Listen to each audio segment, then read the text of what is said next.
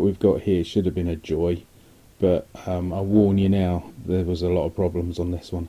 I made this model as a kid and I really did enjoy it, so I was starting to struggle with this one, I think because of its age, but also there's a bit of a backstory, so we'll kind of start with that. And here we are with the old Blenheim, and I was just going to sort of start painting it, I suppose, and I noticed this. Look at that. There should be a rod coming out there, but it's gone. And that's obviously why the person gave up on it a very long time ago. Goodness knows what you were doing to do that. Probably cleaning flash off. So that presents a problem, solved by this. So I'll swap those sides of the fuselage. The one, look, an embarrassing problem is I'd started that one. Never mind. Get the spray out.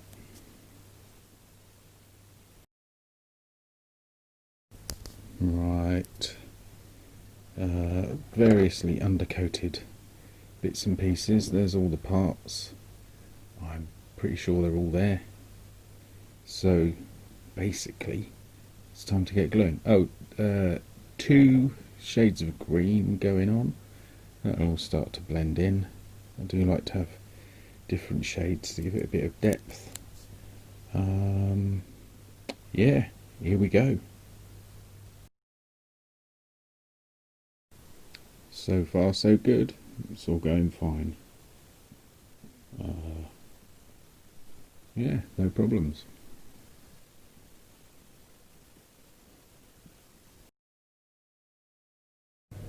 Wheels, I'll tidy up the paintwork when we're done. The black didn't come out completely matte, so I must have done a bad stir. Anyway, there they are.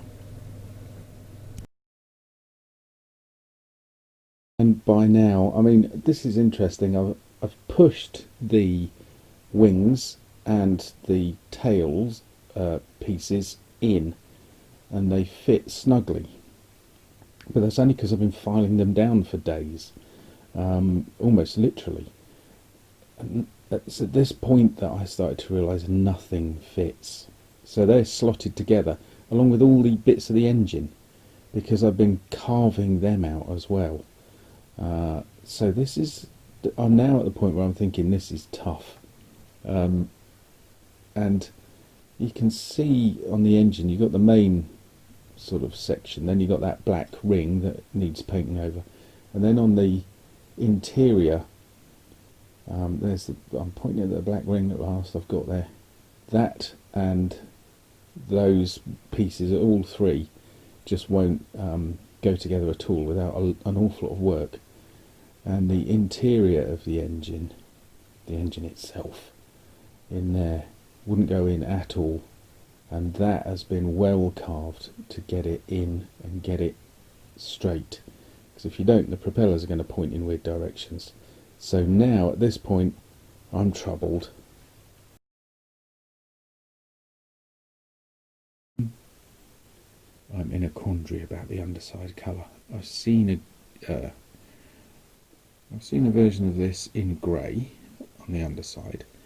The instructions are saying it's a beige green, which I'm fascinated by, because it seems to be the earlier option for British aircraft. It's not unusual because it seems to have been fairly common, but it's a very interesting colour choice. But then it did have a black underside. I think I might go for the beige green, but I'd like to do the black. Not making any sense at all now.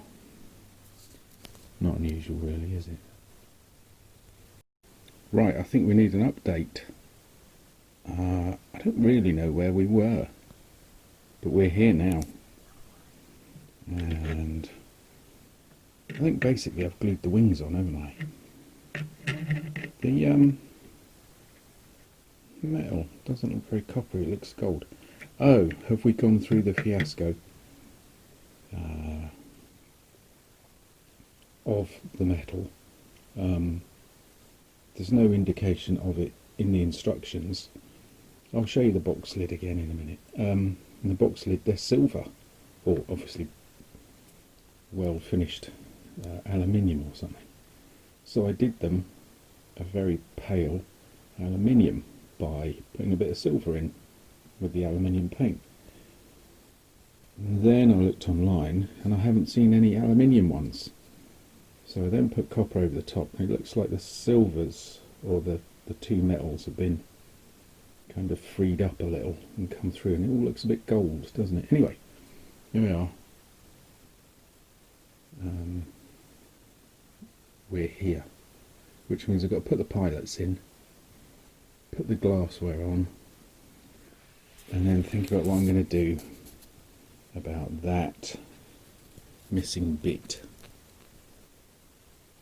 And tidy out the interior a bit.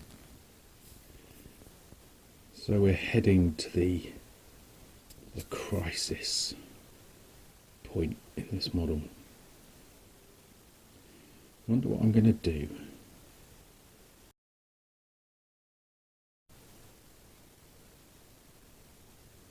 Here's another interesting thing. I'm being very literal with this model. I'm trying to make it exactly as the instructions say. I'm trying to not fiddle about or get clever, and I've run into a problem, and that's this front pane of glass. The instructions have it sitting here and they say put it on there, but what they really mean is drop it inside and push it in from the back. My problem is I've had that glued on for about a day and a half, and I've just tried to take it off so that I can do that, and that ain't coming off. not in a sympathetic manner. So I'm now stuck with having to glue this on from the outside. Didn't make that mistake when I was a kid. Oh dear. Never mind. So now, to add insult to injury, I've lost the shot, and it's probably the most relevant shot of the whole thing. It's where I've filled the gap where the rod should be coming out of the fuselage and going into the canopy. So what I did was found quite a large one of the tags on the sprue that has the number, part number on, and I cut one of those up, and it went okay, and it fitted in okay. Trouble is, the glass isn't fitting onto into the rest of the model at all well, and this is where, you know, things just went from bad to worse. So we missed all that. I do apologise. I must have deleted it by accident, that's all I can think. It really, some things, you know, they're just jinxed from the start, really, aren't they? And this is one of them. Markings on, last little spiky bits on, and we're nearly there. I've got to trim up paint, put the propellers on, and what else? Not a lot else. Not quite sure what I've done with the propellers. Anyway, so there it is. It got harder and harder as it went along because you were running into more and more problems. I am wondering if this is a disaster. I thought for a while it might be a rescue job, but we're definitely heading into the realms of disaster with this one. So, poor old soul, isn't it? What's interesting is I've got a much earlier edition of this model, and we'll see if it goes any easier. So that's one to take an interest in. And I have to say that none of the glass fitted at all. That I had to squeeze it with my hands and a very small clamp that I've got. So the clamp then held it tight. I thought I was going to crack the whole thing, and it just fitted in. So, crikey, never mind. I've put another coat over that. It still looks gold, doesn't it? That's my business. Can't blame the model for that. There we go. Tough one. Never have much luck when I put the wheels down, do I? Right, everything's glued on. Everything's done. Everything's covered in paint, whether it should be or not. And there it is, and it turns out it was a bit of a monster. Mainly because everything needed cleaning up and a few bits were missing. Also, I don't know if I mentioned, because this has taken so many bits and pieces to do, but on the markings, a lot of the red dots are missing, which might be alright, but you know, you got them there. I've got loads of red dots somewhere. I'll get that sorted. Also, apologies for this white edging. I need to do something about that. I've just mounted the, I think it's Amera Plastics. I think it's used by Airfix. Anyway, I've that kind of airfield base. And the cat's going mad on the carpet. Anyway, so that needs greening up. But there we are. We're done. And it, as I say, it was a monster. A quick look round. Here we are. It is a nice aircraft. A proper interwar one, really. And a very interesting history. It was a private, not exactly commission. It was almost a challenge against the government to get a nice, fast, medium bomber sorted. Here comes the cat. And meow. Anyway, there it is. So yeah, all kinds of nasty little problems. I hope these will be resolved in that other version, because A, I've learnt, B, I've learnt that there might be problems, and C, hopefully the mould is happier. All I can say is I've learned that if you've got a messy model, film it from a distance, and I've got a feeling the rather soft focus nature of the phone is helping somewhat. We're not outside because the wind is howling, and first of all I can hardly stand up in it, and secondly it would probably blow the aircraft somewhere to Denmark. So this is us done. In the hello kitty. In the end, it's just about there, just bearable, and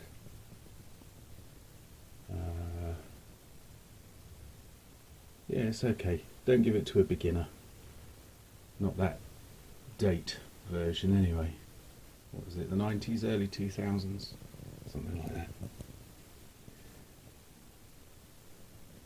Airfix have got a, is it a 1/48 scale of the Mark 1? Very nice looking aircraft. Maybe on the lookout for that one day. I suppose the one positive I can say is that at last there's a coppery colour to the engine cowling things. There we go. Right, I will draw it to a close. I don't think we're going to do the other Blenheim quite yet. I'll save that up for a little while, and instead probably go for a tank. I did look online at this aircraft. There are loads of photographs of it, and quite a few in colour, remarkably, and really interesting. That section at the front ahead of the wing, heading towards the nose, where there's a kind of bay of camouflage, there's about 4 different versions of that at different slopes and shapes, and some look loosely sprayed, some are really tight lined. It's hard to get tight lines on this model, by the way, it's got so many rivets. And others are different shades of underside colour, and they don't look like they've been, these are photographs that have been hand tinted. They look fairly authentic. Admittedly, photographs can fade, but I got a pot of paint specifically, went out and got it. All the colours on this are the correct colours according to the instructions, and I got the right colour for the underside, and it basically is the duck egg blue, whereas there are versions that have, as I was saying, this kind of pale beigey colour. So I'm going to research that a bit further. I think it's very interesting. I'm not that worried because everything else on this model's gone wrong. Why not have a shade on the underside that's the correct number but not what you had in mind? So it's proved really interesting. I think I've learned a lot from my mistakes, and one of those mistakes was buying a second-hand model online. eBay, I have had a word, don't worry about that, but anyway, there it is, it got there in some form or another. Thank you for watching, thank you for your tolerance. Do come back, it's not all like this. Quite a lot of it is, but not all of it.